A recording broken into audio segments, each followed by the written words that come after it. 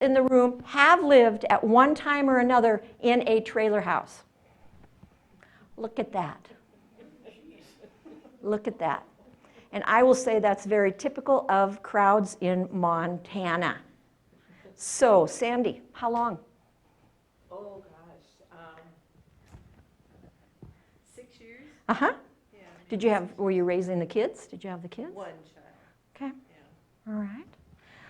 I'll pick on some more teachers. So what were the circumstances? Traveling. Traveling. We didn't live in it. Okay. All right. All right. Did you have your hand up, sir? Yeah. Okay, let's hear about your experience with manufactured housing. Actually, growing up in rural eastern Montana was an upgrade from the farmhouse we've been living in. Now, that is a very typical scenario, but that has to do with another chapter. That is what I classify as the permanent side of manufactured housing in Montana. So what county? Stillwater. Stillwater. Oh, well, there's carpenters in the Stillwater. When I think of Garfield County, oh my gosh, how long is it to Jordan and then out of Jordan? How many carpenters do you suppose there are in Garfield County? Not a lot, but I would think there are lots in Stillwater. But good. Very common to go past, oh gosh, when you do the Avon Cutoff Road. There's the ranch house or the farmhouse and then one or two, sometimes 3 trailers. You have multiple generations there. Okay, so why manufactured housing? It's not your typical historical topic, for sure. I was a non-traditional student. I was one of these crazy women who raised her kids and then went back to school. But I wound up going to graduate school in Missoula. And I was going to school with all these young whippersnappers, and they were going to do, you know, Mideastern conflict and, oh my gosh, the statistics on this and that. They all knew what they were going to write their thesis on for their graduate degree. I had no idea. But I do know that when I wound up looking for a place to live in Missoula, getting ready for graduate school, I couldn't afford Missoula. I'd already had wonderful experiences with manufactured housing, and I was driving through, I don't know if anybody's driven through the Travoy Trailer Court. It's right off Broadway in Missoula. And they even have a swimming pool, for heaven's sakes. Who can beat that? And there were a couple of manufactured homes for sale, and I stopped and I got to looking. I could afford that. So I start school. I'm going to school with kids from Brooklyn, New York, from all over the country. And of course, being graduate school, we were taking turns going from each other's house for study groups and whatnot. And I kid you not, the night that the kid from Brooklyn, New York walked into the house, he honestly said, "Oh my gosh, this is kind of like a house." And he used my restroom halfway through the night and he said, "You have a washer and dryer." And whoa, what a cultural disconnect there. One of those evenings, the kids, all these young people, were talking about their thesis topics, and I was just listening, of course, in a bit of a panic. I could feel my old blood pressure spike up and down, up and down. And one of them turned to me and said, "Well, Zoe, do you suppose anybody's written about Montana trailer trash?" And that's a true story. The light bulb went on. And I looked at her and I said, "I don't know, but I think it's time they did." And it was an amazing journey because there was just so much there. Just so much history. And all I have to say is, if you have any doubt, aside from the fact of how many people raise their hands and have manufactured housing in their history, in their lives, all you have to do is drive down any Montana road. Go through most small Montana towns. Manufactured housing is a very integral part of our housing here in Montana. But that permanent part, those that are parked permanently, are chapter 2 in the thesis. Tonight we're going to talk about how they became such a part of the boom and bust cycle. And for those of you who were here earlier, Julie and Sandy and I were talking about Sydney, Montana, and the craziness there, and then the man camps as they have become known. And all you have to do is drive through someplace like that to realize that there is some reality to what I'm about to talk about. All right. So again, this is the transportable component of manufactured housing and how it's been used in Montana's boom and bust cycle. Once you get past looking at the damn snow here, I want you to imagine what it must have been like to come and go to work here. This is on a bluff above Libby, Montana. And if there weren't clouds in the background, you would be seeing the Cabinet Mountain Wilderness. It's one of the most beautiful views from the state. This trailer court is still up there. All of these wonderful homes have been removed. But Reese Trailer Court is still there. So this is the winter of '66, '67, and the folks of Libby, Montana witnessed the establishment of a new subdivision on top of Bowen Hill above town. New subdivisions were not unique to the area, as the logging and mining economy was booming as well. However, this settlement was a little bit different. The U.S. Army Corps of Engineers had purchased 42 identical top-of-the-line Columbia mobile homes to accommodate the influx of workers for Libby Dam construction. Contractors had placed the 12-foot by 60-foot homes, each with 3 bedrooms, and notice, please, the expando. Oh, we need a different view. The expando rooms. There we go. Here's the expando front room. Living room along the 2 streets of the Reese Mobile Home Court. These homes marked just the beginning of the preparations to accommodate the hundreds of workers expected for the massive construction project. This was not an uncommon experience or occurrence in Montana. So here we have the housing stats for Lincoln County from 1950 through 2000. The US Census did not start counting trailer houses as housing until the 1950 census. So before then, it's anyone's guess. There were a couple tricks that I used when I was doing research, but at this time, the 1950 through 2000 certainly serves our purpose. But look at this. So 1950, 24 mobile homes. 1960, 203. Look at that. Between 1960 and 1970, 1,328 mobile homes in Lincoln County. All right. So the rows of mobile homes above Libby and the additional courts established throughout the county, both in Eureka and outside Trigo, alleviated the housing concerns for the Corps of Engineers employees and the private contractors. The Corps of Engineers stated that with the purchase of the Columbia mobile homes and the other mobile home courts established throughout the county, they were feeling very well accomplished with their mission by providing living facilities for their contractors. And indeed, the mission was successful. At the peak of construction, Libby Dam project employed over 2,100 people, many of whom lived in these mobile homes. So, during this time, interestingly enough, because if you live in Montana, you know the stereotypes. If you live in the United States, you know the stereotypes associated with people who live in trailer houses or manufactured homes. But during this time, I found no denigrating literature regarding the influx of manufactured homes. It was just the opposite.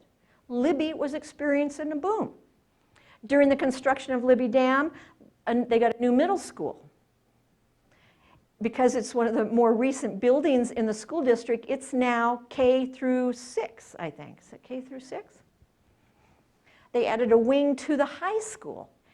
In about 1965, Lincoln County was earning more per capita than any other county in the state.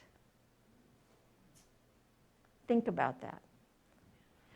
So, we traditionally think of mobile homes as housing for poor people or people with less than desirable alternatives, and that just isn't so when you start talking about the boom and bust cycle.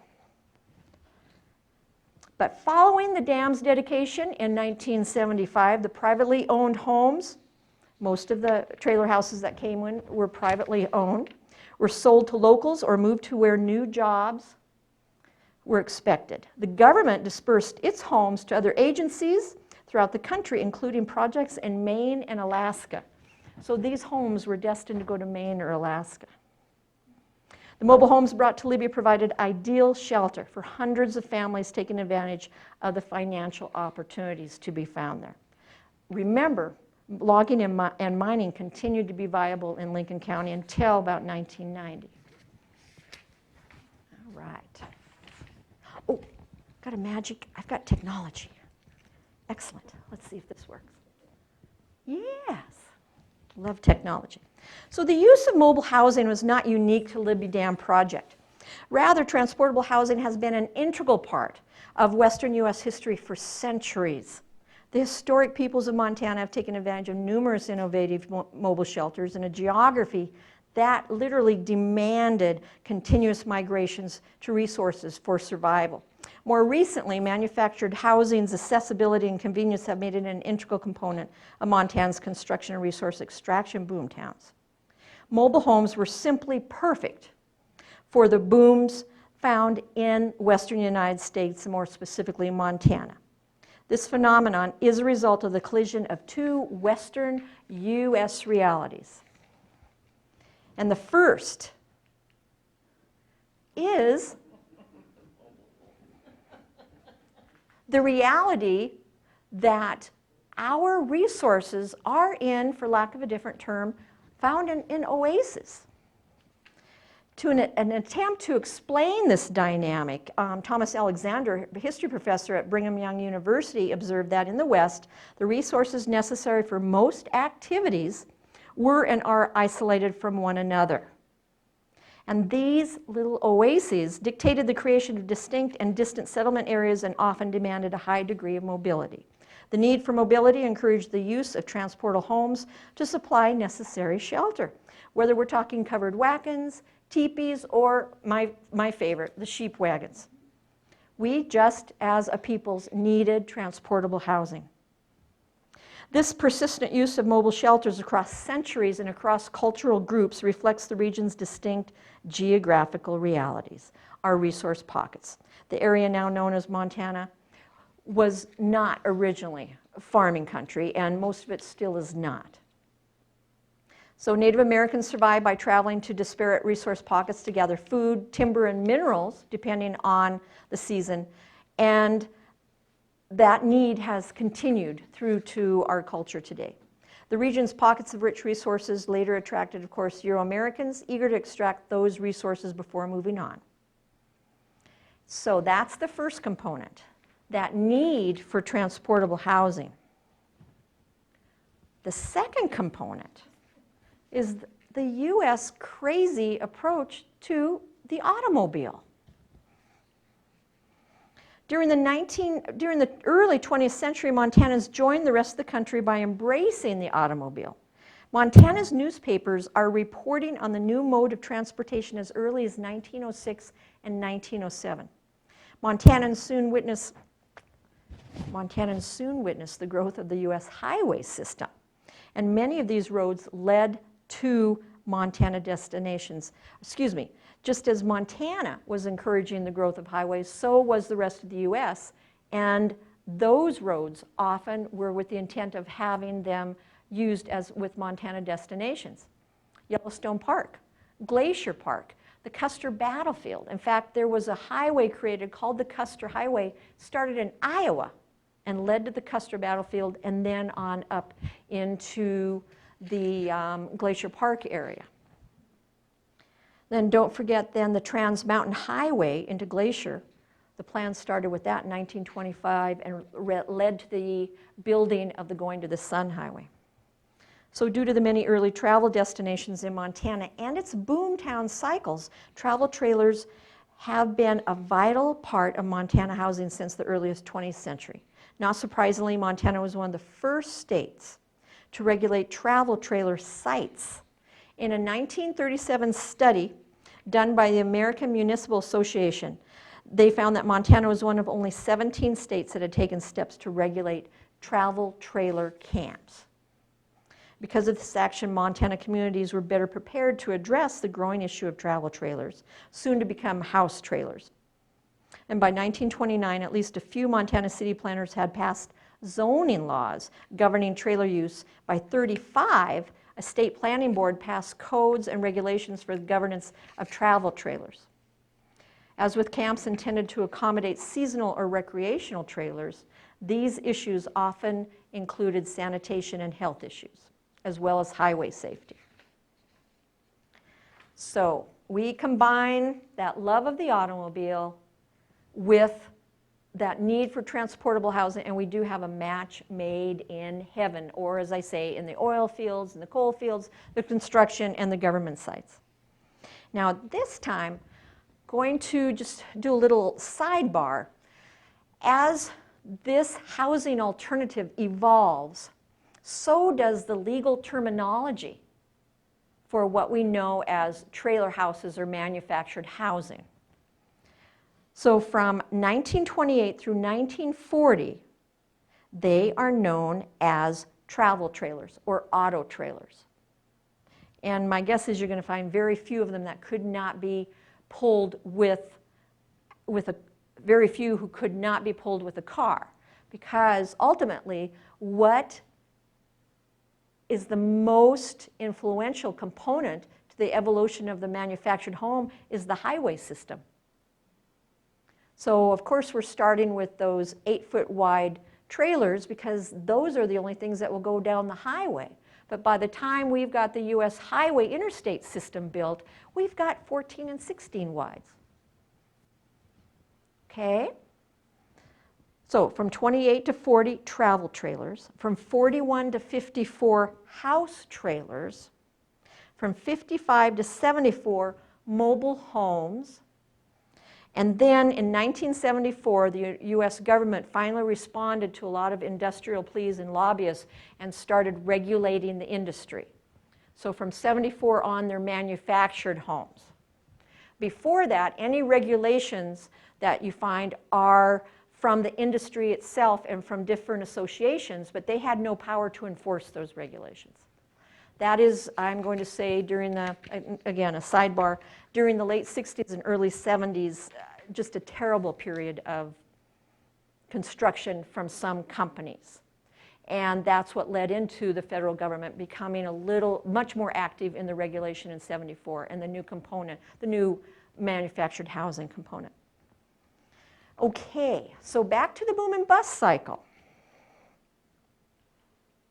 The prevalence of mobile and manufactured homes in boom towns was and is so common that in 1979, social experts out of the University of Wyoming reported that a noticeable increase of mobile homes in a localized area was, and I quote, the most visible sign of the energy boom. Although this phenomenon was not exclusive to Montana, the trends found throughout the state's history cannot be denied.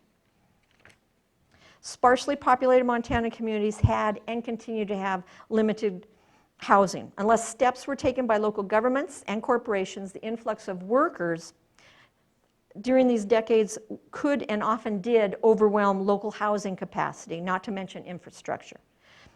This, in return, often created a very negative environment and a prejudicial treatment from the established locals. But regardless of the income made by many of the new residents, they found themselves on the fringes of established towns, both literally and figuratively. In addition to restrictive zoning forced upon them by locals hoping to maintain community integrity, manufactured homes on rented lots were taxed as personal property, the same tax system as automobiles. And again, that doesn't do much to help a suffering infrastructure. This in turn added to the resentment of locals. So as we look at this, I want you to remember this, that the prevalence of manufactured homes is a sign of the most visible sign of the energy boom, because we will be getting back to that. You like technology. Okay. We're going to start with Fort Peck Dam. And if you don't recognize this, this is an iconic photograph of Wheeler, Montana, taken during the construction of Fort Peck. It was in a series of a photographic essay in the first Life magazine that has, I think, part of some very amazing architectural components of the dam itself on the cover.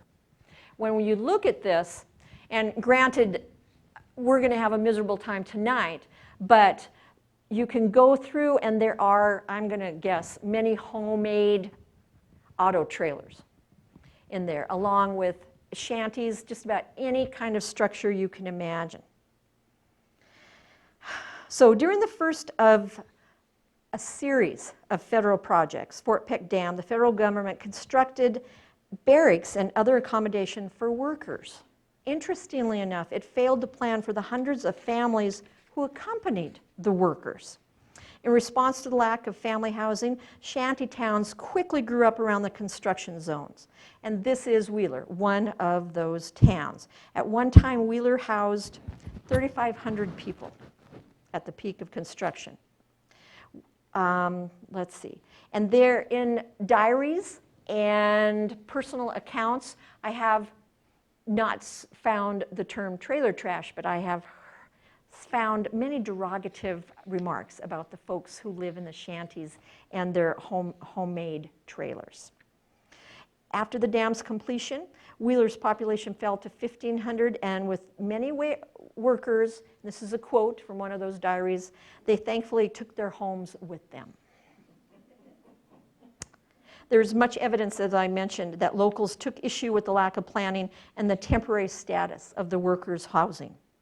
During the dam's construction, social critics berated the federal government for their poor social planning by not incorporating family living space into their system of barracks and dormitories.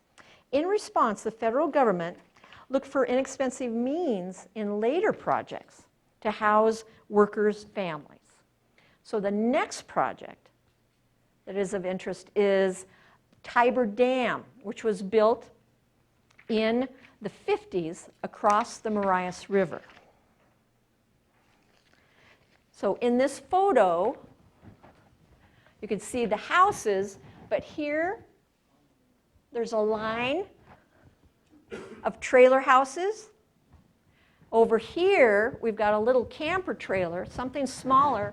And then back here, I don't know if you can see it from as far away as you are, but there's another trailer court right there. Okay. So house trailers were among the various housing options used during the Tiber Dam project on Montana's Marias River. Because of its distance from any established community, oh boy howdy, federal planners and private contractors constructed a camp a short distance downstream from the dam site between 1952 and 54. The federal component of the camp consisted of, talk more softly. The federal component of the camp consisted of 39 conventionally built houses and 18 house trailers. The primary contractor constructed 175 trailer sites in addition to building a dormitory for his single personnel. More than 1,100 people lived in the camp during the peak years of construction. Structures included a post office, elementary school, gas station, and restaurant. And as you can see, photos of the town indicate a well-planned and seems an orderly community. The town in no way resembled those shanty towns in the memory of that we think of when we think of the construction of the Fort Peck Dam. Both sides of town, both the federal employees as well as the private contractors, seem well maintained. The reports describing Tiber Dam camp contained no derogative remarks pertaining to the housing. Rather, newspaper reports referred to the house trailers and the courts that accommodated them in the same tone as they referred to the mainstream housing that was provided for the construction workers. So what town was this? It was, no, as far as I know, no. It was just the construction site for Tiber Dam. But that's a good question, Sandy. Well, this is from the Chester newspaper. Mm-hmm. So we don't know for sure That's a good question, Steve, because there's got to be some sort of facility around the dam for its operation. But again, the descriptions that I got, this was a couple miles from the actual construction. So that's a good question. I shall try to remember to look up that particular bit. Okay, so the next site is the building of Yellowtail Dam outside of Hardin. Mobile homes received similar acceptance from locals during a positive reception during the Yellowtail construction. Mobile home use for governmental projects in Montana, in fact, reached a peak in the mid-1960s during the Yellowtail Dam project. This was designed for hydroelectric power and flood control and would eventually back up the Bighorn River into the second deepest canyon system in the United States. Another sidebar, has anybody ever seen photographs of Bighorn Canyon before Yellowtail Dam? It's like Grand Canyon. It was beautiful and still is. The nearest town of any size to the proposed Yellowtail Dam site was Hardin, Montana, a good hour's drive. Because of the site's isolation, the Bureau of Reclamation proposed construction of a permanent town in 1960 on the original site of Old Fort Smith. And by the way, it is still there, a good share of it, not the manufactured homes though. During the town's construction, which began some months before work started on the dam, the usefulness of mobile housing to this project's success became obvious. The Reclamation Bureau and private entrepreneurs created a town with 4 trailer parks and additional structures, both mobile and traditional. In contrast to Tiber Dam housing, where federally constructed homes outnumbered house trailers, the Bureau built this time around fewer than 24 site-built homes in Fort Smith. The conventional buildings housed administrative staff and their families during the project and served as permanent residences in the decades, and again, these are still there, in the decades following the dam's completion for administrative site personnel. Several relocatable buildings were added to the town site, including dormitories and a dining hall. However, the majority of governmental employees and construction workers, which reached its peak in '64 at 1,085 men and women, lived in the hundreds of mobile homes situated in and around Fort Smith. In addition to the many mobile homes located in the same neighborhood as the administration site-built homes, other areas accommodated only mobile homes. And this is astounding. There was the Belinsky development in the northern section of town, contained 270 mobile home sites. Across the road was the Stanton development, planned for 400 mobile homes. A couple miles from Fort Smith on the road to Hardin, the Lindale and Lee courts offered spaces for a few dozen more homes. All of the developments included peripheral buildings and services such as laundry and grocery stores and gas stations. They were complete communities created for the construction of Yellowtail Dam. So, as far as how the community perceived the folks coming in, there was a half-page ad run by the Fox Oil Company, and by the way, Foxes are still in Hardin, and there's a couple here in Helena too. They welcomed, quote, all newcomers who have a hand in the construction of the Yellowtail Dam, and the Fox family, owners of the Texaco station and the Blue Flame Propane Company, expressed the feelings of many in town. Yellowtail Dam's construction brought an economic boom to the small communities that lay on the northern border of the Crow Indian Reservation. The fact that most of the imported workers living in mobile homes meant little, it appears, to the merchants of Bighorn County or to the families earning high wages from the dam's construction. Rather, the mobile homes provided a means of shelter for workers, offered opportunities for local entrepreneurs who financed construction of multiple mobile homes, and brought hundreds of consumers into Bighorn County. Now, in my reading, this struck my fancy, so if you'll bear with me. This is in the Hardin Tribune-Herald, October 12th, 1961. It's real close to the groundbreaking for Yellowtail Dam. I'm going to be reading then just under Tales from Yellowtail. It is an ode essentially to the construction worker's wife, and here's the second to the last paragraph. She is the pioneer wife circa 1961. Pioneer wife, but with a difference. Pioneer wife with an automatic washer and dryer and a comfortable home on wheels, who treks not once in a lifetime, but every year or so, tearing up painfully grown roots only to put them down in still another alien land. Boy, have we romanticized life in the trailer house. We won't even talk about what it must have been like to have 3 or 4 kids in a trailer house. But actually, some of us know how that is. So, Yellowtail Dam. Now here for fun, I was able to find some really fun ads from the time. And these are all out of, let's see, this is out of Life magazine, one is out of Saturday Evening Post. And of course, the one on the right really reflects what I would call kind of the iconic idea of the travel trailer. And I just saw, I'm trying to think, some little, it was on PBS, and some great little half-an-hour show, documentary on people who were restoring these great old homes. Because beyond a doubt, there was a time where the craftsmanship is just astounding and wonderful. Many of these, for those of us of a certain age, you'll laugh at this, had pink refrigerators and stoves. You don't remember pink refrigerators? Get out. Gold. How about turquoise? Turquoise? Okay, we have to talk, Sandy. I think you've missed a lot. Gold. Harvest gold. All right.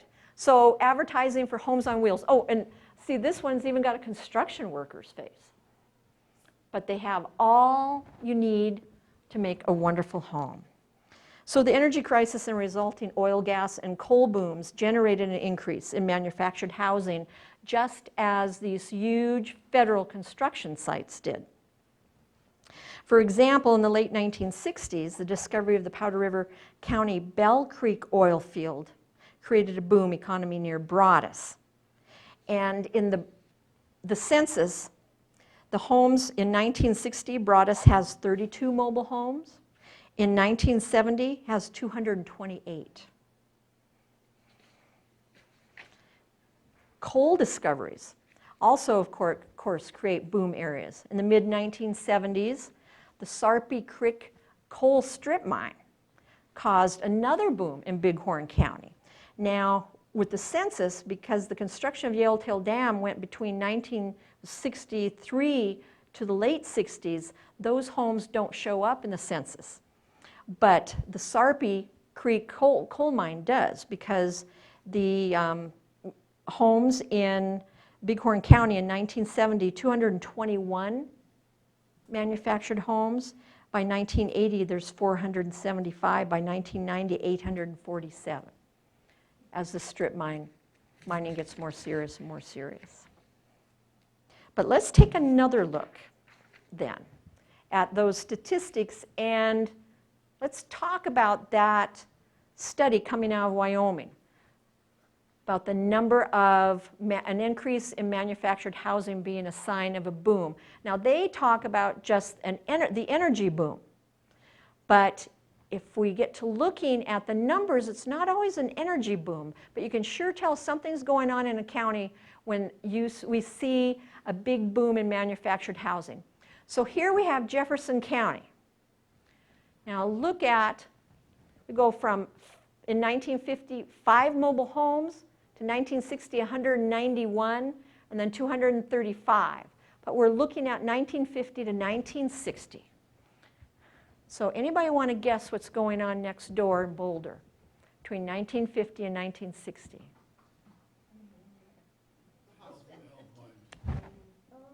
You nailed it. What was it? It's the hospital. And the laboratory is opening up there. When the state hospital was opened in Boulder, there was a huge influx of white-collar workers. Okay, I'm trying to say this without any editorial. Shockingly, the state didn't pay those professionals enough for them to qualify for housing loans. So they came to Helena, where there were some dealers, and they bought manufactured homes. And of course, as these things do, then the community started growing. You've got an influx of school teachers then to accommodate the families. They needed housing, and so on and so forth. So that was the boom in Jefferson County between 1950 and 1960. You're looking like you have a question, Steve. No, I'm just mulling it all over, but when you put up these drafts, I kind of gravitate to the percentage. I'm assuming that's the percentage of the population housed. That is exactly right. The percentage of housing units that manufactured homes make up. In which case Jefferson County had, you could say, a peak in around 1990. 1990. Mm-hmm.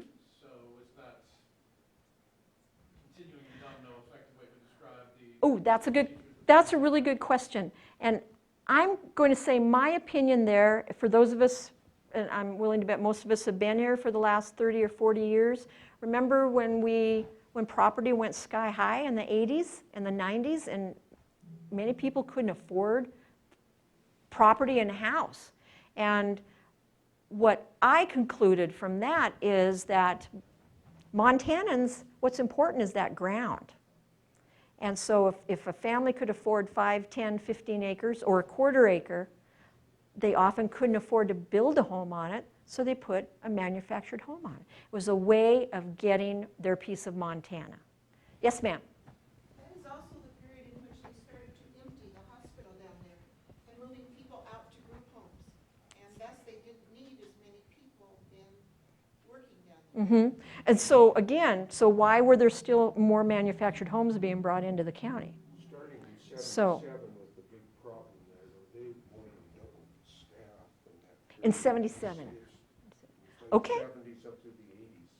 All right. They were, in fact, Big Boulder housing, public housing was built because they had such severe housing shortages. Okay, so that's good to know. So then it sounds like the growth from 1960 through 1980 probably does They were have a taking direct people out of the hospital, but correlation. They were also increasing the staff. Okay, thank you.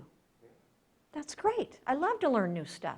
Then this is just conjecture. Please. Since Jefferson County is nearby, and we certainly know that we consider parts of it kind of the greater Helena area. Mm-hmm. Because land was cheaper there, and a lot of people, even for rent, moved to Jefferson City. Clancy, so I'm wondering if in the later years, as you say, land prices rose, but if you could get a little piece of property and maybe a little cheaper, a few miles out of Helena and Jefferson County, I'm wondering if that is reflected somewhat. See, I think that's a perfectly valid You also have mining development. remark. And there were those couple mines, yeah. See, and I've not looked into the mine situation, but let's go back and look at Libby's population here. So again, there's so many interesting dynamics that influence this.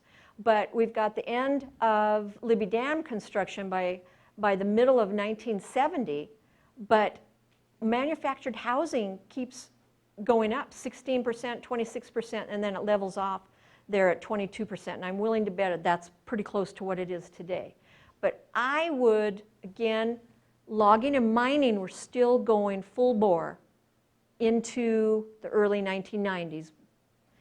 But I'm going to submit that the property values were crazy in that area, as they were in the Gallatin in the 80s and 90s, and so many other places. If you recall, we had a huge influx of people who wanted to make Montana home, and that drove up the demand for property. And in Lincoln County then, especially in 2000, and I'm going to say through 2005, there were only so many carpenters. And there was a 3-year waiting period in 2005. That was when I was writing that part of my thesis. And I was calling around a 2 or 3 year waiting period to get a carpenter to build a house. So, and more examples of the various dynamics around this housing form. Speaking from personal experience, a lot of young couples were buying property and then putting manufactured homes on it and then building their own homes. Is very common. up there in the northwest part of the state. And I've found that it's very common down here as well. So, all right, thank you for the information. Great. So, another county, Rosebud County. Look at that, from 1970 to 1980, there's 1,000 mobile homes. And I'm sure you can guess what's happening in Rosebud County.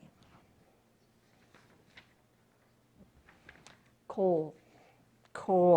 In 1971, Montana Power Company announced plans to develop coal deposits and construct generating plants in the area around Coal Strip.